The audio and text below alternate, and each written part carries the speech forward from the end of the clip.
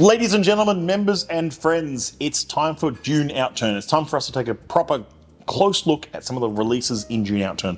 And that includes this spicy and dry 12.71 A Cure for Curiosity.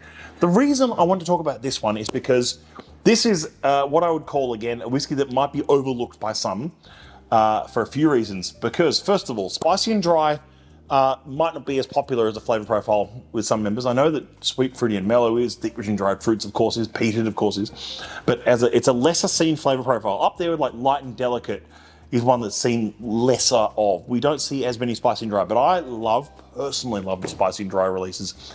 I have tasted this once before, and I've got a fresh bottle to open here, so let's give this a crack.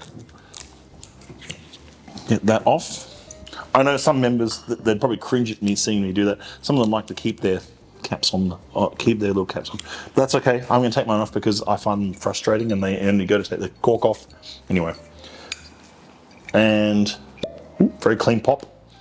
Now the other reason I'm featuring this one is not just because it's a lesser seen flavour profile. It's a commonly seen code. We've seen a lot of great 12s coming through. And I think the quality of what we're seeing coming through from the 12s have been phenomenal. I think they've got a great spirit quality. They've got a great single malt. This was distilled 8th of December 2008. It's a Speyside whiskey. Initially matured in an ex-bourbon hogshead, then an additional maturation, I think, for 2 years of a second fill ex-red wine barrique. Let's touch on that for a second. Wine cask. So it's a second fill wine cask. Barrique is a fancy French word for barrel, slightly bigger than a barrel in this case. So it's an ex-red wine barrique. A second fill.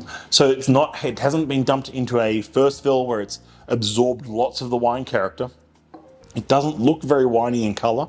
It looks slightly darker than an ex-bourbon hogshead. But I deliberately picked this out because of just how well integrated it is as a whiskey. It's one of those whiskies that just sits really nicely as almost like the perfect introduction to what cask strength whiskey would be. Even in Outturn, I think I make mention of the fact that it's almost like a beginner's cask strength whiskey, but I don't mean that in a bad way. Even if you're a seasoned cask strength enjoyer, this is something that you can say, this sort of almost recalibrates you to say, oh, that's how good wine cask maturation can be.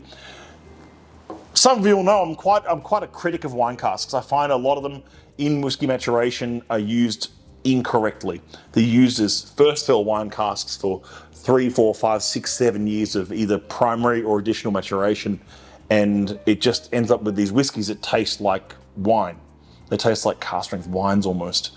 And when you have like a high proof wine, like a 14% wine, and you have a low proof wine cask whiskies like a 40, 43%, sometimes the difference is only in the proof, but it shouldn't be. You should still be enjoying whiskey. And if you want a wine, have a wine.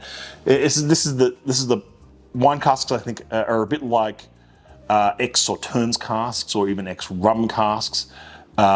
Any sort of specialty cask that falls outside of ex-bourbon or ex-sherry should be used correctly and sparingly. Now, I'm not saying there isn't room for innovation or room for sort of experimentation in that realm, and I have had some phenomenal, very thick wine cask whiskies, but it's all about finding balance. And as I've said before in some of my older live streams and whatnot, spirit and cask, if it's not oak, you can use other, anyway. Spirit and cask should meet in the middle in every whiskey wherever possible. So that you should be able to get a bit of that distillate character, and that involves the flavours of the malt, the barley, the spirit, the you're going to hate this, but the terroir of the whiskey, if you like, the sense of place, and then the cask should meet right in the middle as well. Should find that balance where it's that lovely oakiness.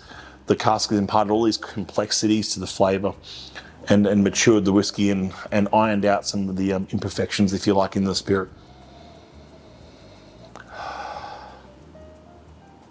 It's picked up this lovely like brown sugar sweetness, which is unusual for wine cask. But remember, second fill. It's given it a gentle polish. Spicy and dry is very apt on the nose. It's quite biscuity. Lovely, like warm spices, like molten caramel syrup, like toffee apples. Those what are they called? Those little red lollies, like almost like red jelly beans or red gummy bear kind of notes. Red lollies. It's lovely. It has got like a dark malt note to it. It's savory, it's earthy, but it's still sweet. So it's like balance. It's like balance of savory, earthy, sweet, all coming together. It's what I would call a timeless whiskey in terms of just how enjoyable and integrated it is. And it's like I say, it's a sleeper. These 12s are just they often sort of coast along in outturns, and the members taste them and suddenly they just start vanishing quickly because people work out how good they are.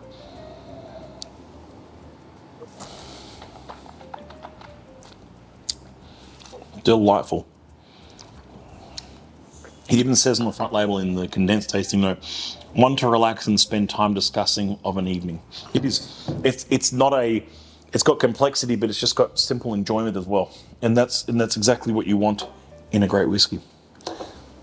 I'll leave it there for now. I hope that wasn't too much to take in one go.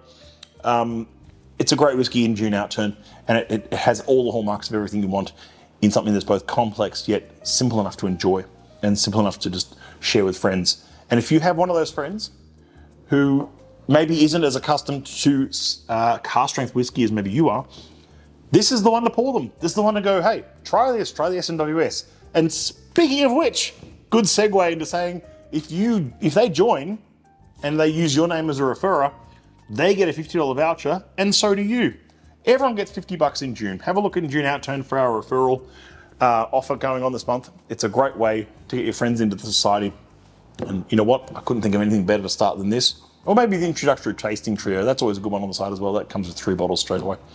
In the meantime, we'll see you all soon. Slàinte mhath. Cheers. Thank you for watching.